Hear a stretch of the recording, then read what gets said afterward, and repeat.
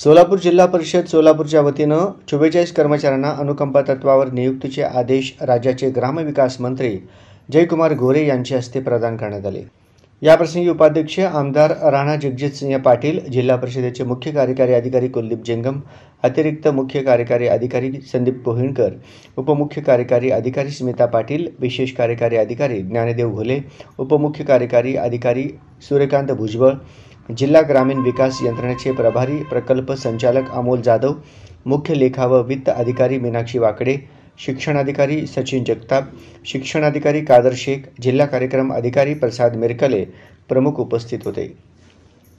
या प्रसंगी बोलताना राज्याचे ग्रामविकास व पंचायत राज मंत्री तथा सोलापूर जिल्ह्याचे पालकमंत्री जयकुमार गोरे म्हणाले, राज्यात 100 दिवस कार्यक्रम अंतर्गत अनुकंपा पदभरती पारदर्शकपणे राबविण्यात आले।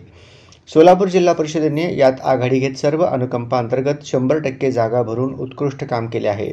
जिल्हा परिषदेच्या सीईओ हे जर प्रशासक असतील तर किती चांगले प्रकारे काम करू शकतात याचे हे आदर्श उदाहरण आहे। समुपदेशन करून पदस्थापना देण्यात आली आहे, ही बाब कौतुक करणारी आहे।